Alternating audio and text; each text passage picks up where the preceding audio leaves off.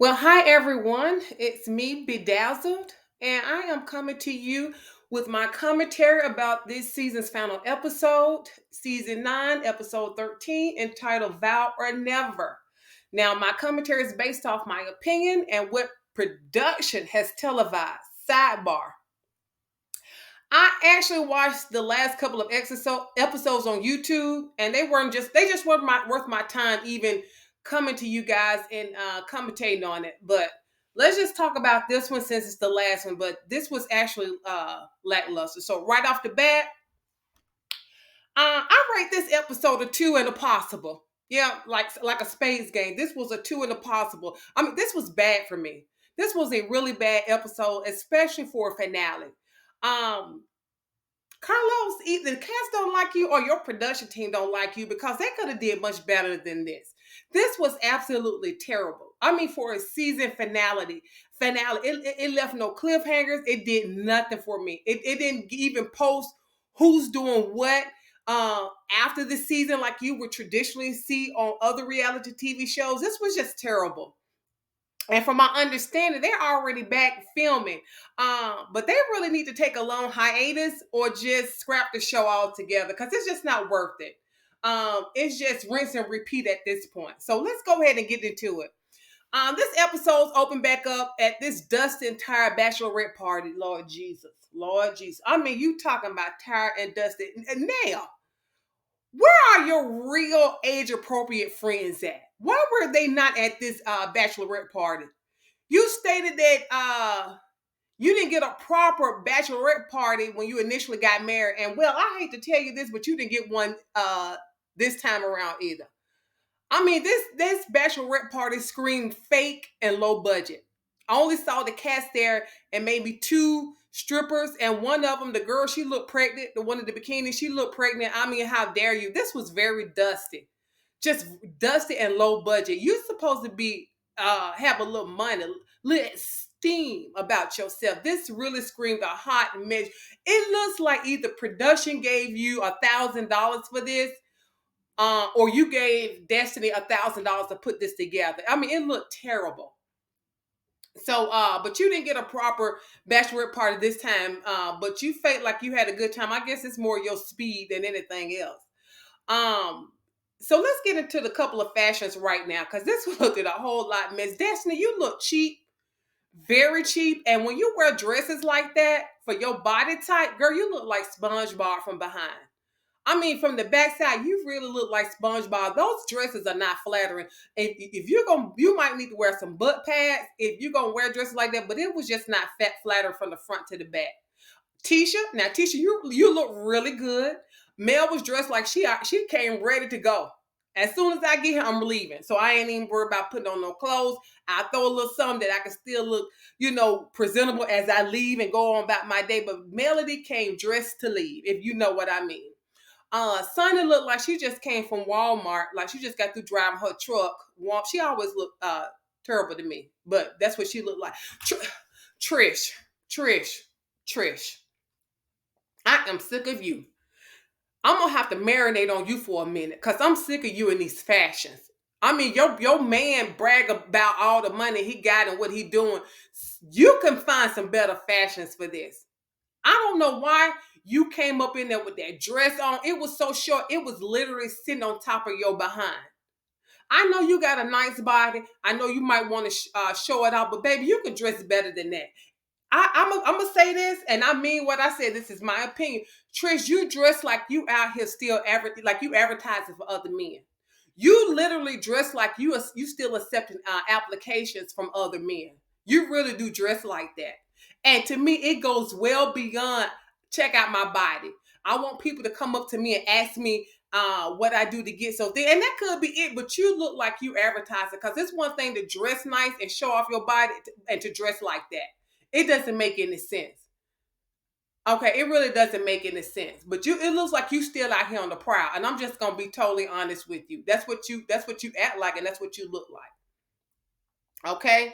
I'm still accepting advances from other men. The door is still open. I know I got a husband and a boyfriend at home, but I'm still accepting applications. I know people going to disagree with me, but that's what you giving. Okay, let's move it along. All right. So at this tired 30-year bachelorette party, the ladies attempt to have a good time, and here come Nell. Here come Nell throwing gas on the fire by referencing Moses as a snake that Son and Destiny are fighting over. Nell, baby doll, baby, I'm gonna need you to shut up. Because I don't know if you know, but it is well documented on this show that your husband is too a slithery snake. And you've gotten bitten by him a couple of times, if you know what I mean.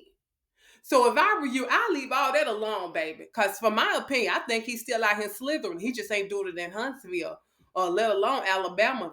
That's what I believe. I ain't saying it's the truth, but that's what I'm getting. But you married to a snake yourself. Okay, now, Sonny, let me say something to you. For the sake of the event, you just should have let that slide. You could have made a simple statement, hey, we ain't sharing nobody, and then went on about your business. But no, son, no, you were determined to have your moment on this show. And then Tisha decides to pry further with Sonny, and here comes Destiny. And they going back and forth about who's saying what to somebody. And then Destiny, come here, though. No, you did not. I mean, the audacity of you talking about you're gonna make a threat to Sonny, talking about if she keeps talking, you're gonna tell why her husband left her. You still haven't told us why your husband left you. We need to get to the bottom of that. Tell us that. Why your husband left you.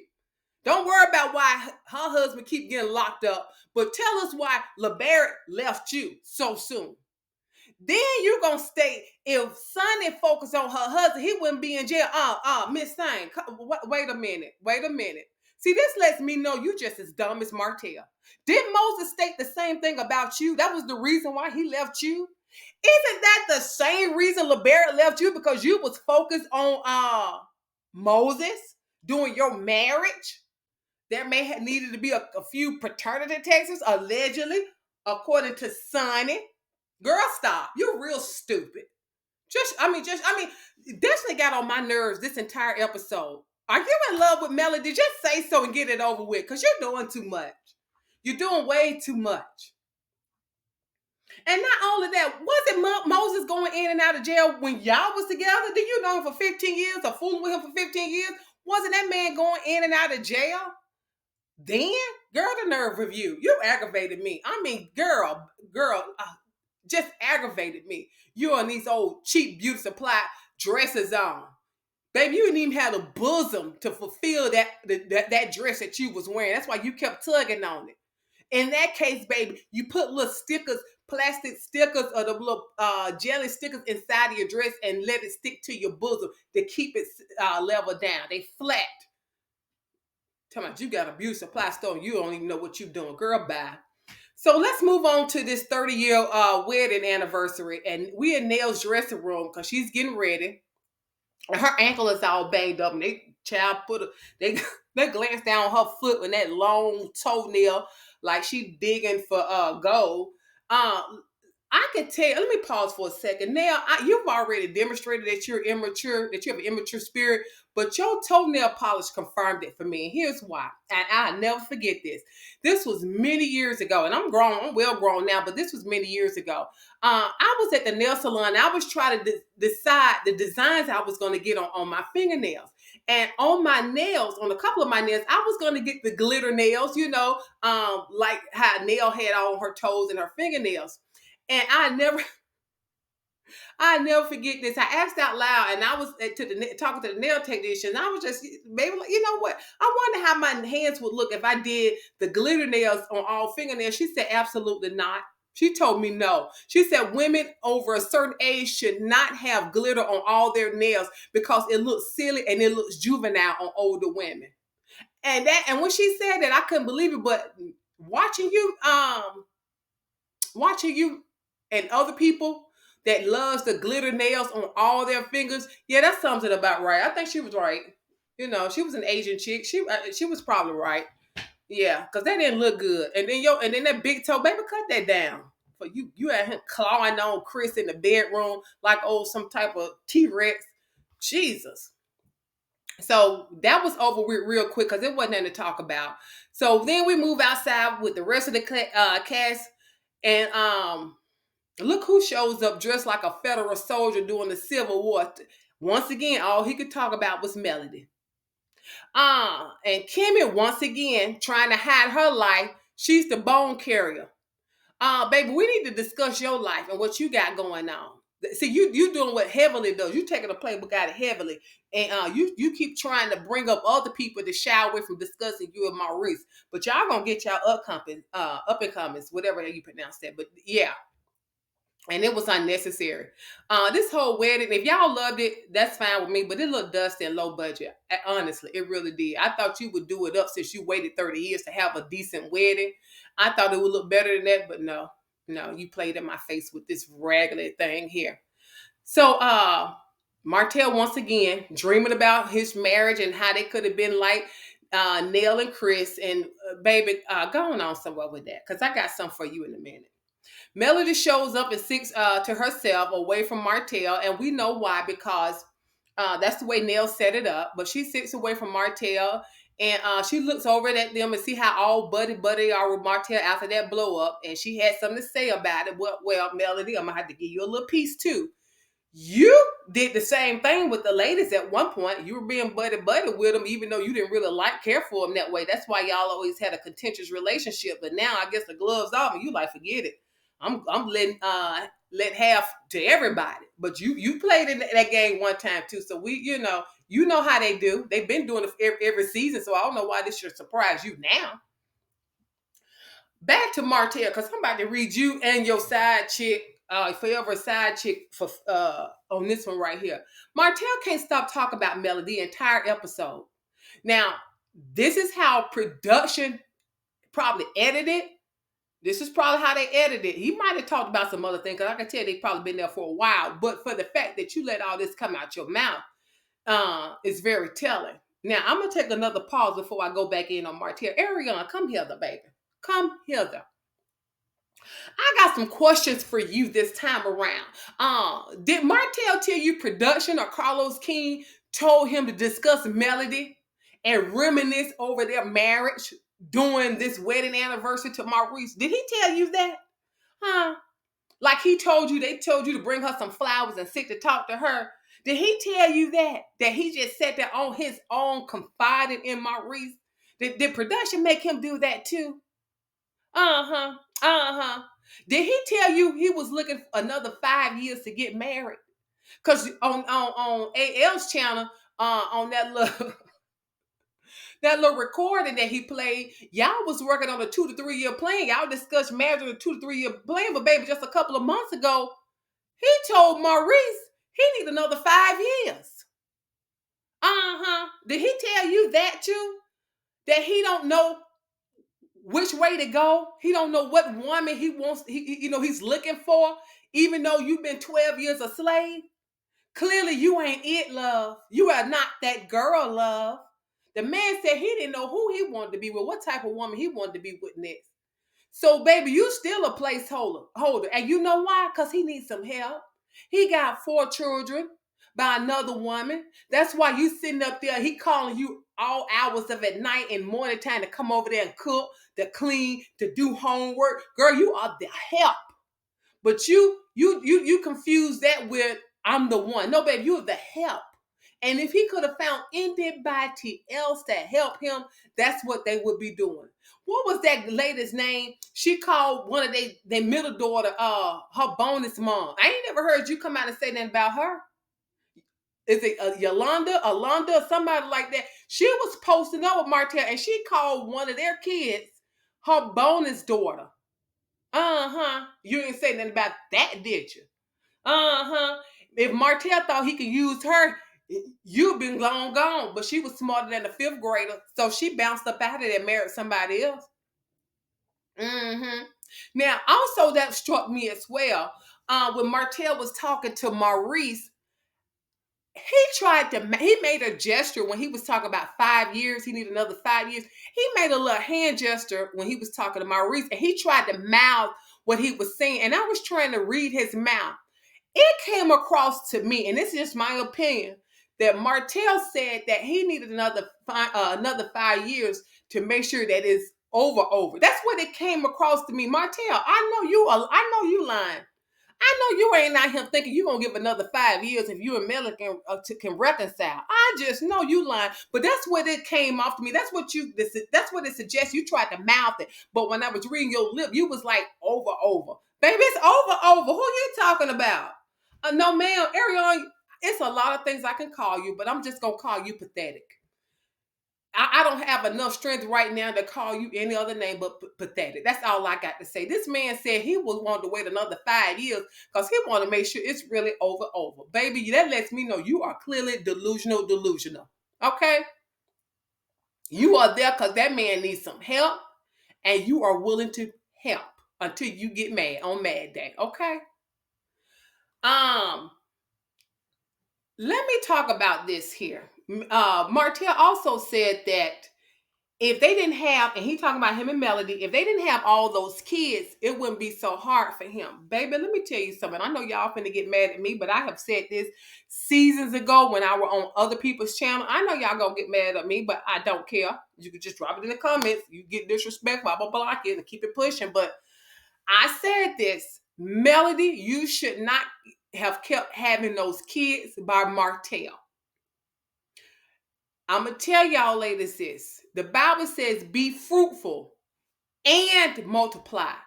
If your marriage is not fruitful, this ain't the time to be popping out no more babies thinking things going to get better. And I'm going to tell you why. Melody stated a while back, Martell told her, ain't nobody going to want you with 4 kids. He knew that then. That's why he kept impregnating Melody, because he was trying to trap her in that marriage. Baby, you had to stop that number 2, baby. You would have been going, honey. Going free. That opened up your portal a little bit more, baby. Yes, it would have. Now, you see a lot of women with 4 and 5 baby daddies. That's because the most men they with, they ain't about nothing themselves. So if you're looking at it for a high value man of some sort, they may have their, their questions about it. Unless they have a lot of kids too with wealth, then they can understand. But baby, that was the whole goal.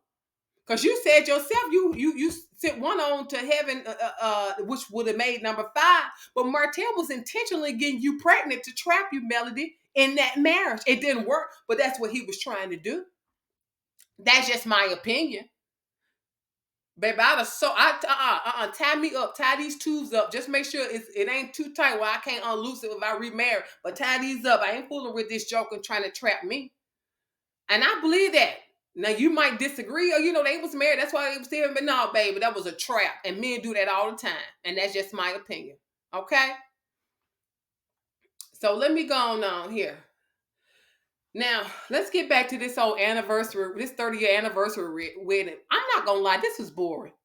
I mean, they might have cut out a lot of parts, but the way they chopped it up, it was boring and lackluster. Okay?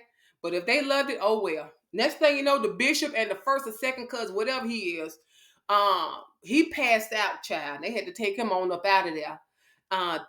In the South, it gets really hot down South, so they should have had this indoors where everybody could have been comfortable. I mean, especially down South in the summertime, it's muggy hot. It's really hot, especially in Huntsville. Huntsville get really cold in the winter, but it gets muggy as well because you get a lot of that heat that comes out of Tennessee.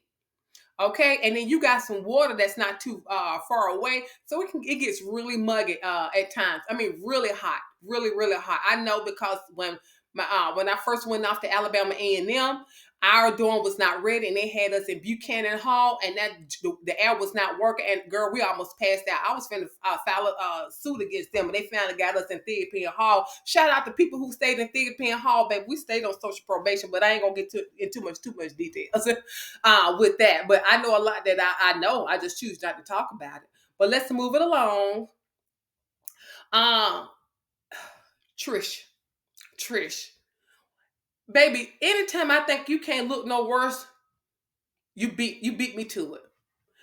Girl, you got to get rid of these old raggedy and straggly blonde weave. That weave was so messy. It looked like you had cut the ends off and then lit it with a match or something. Them ends were so burnt and raggedy. How you got old raggedy wig?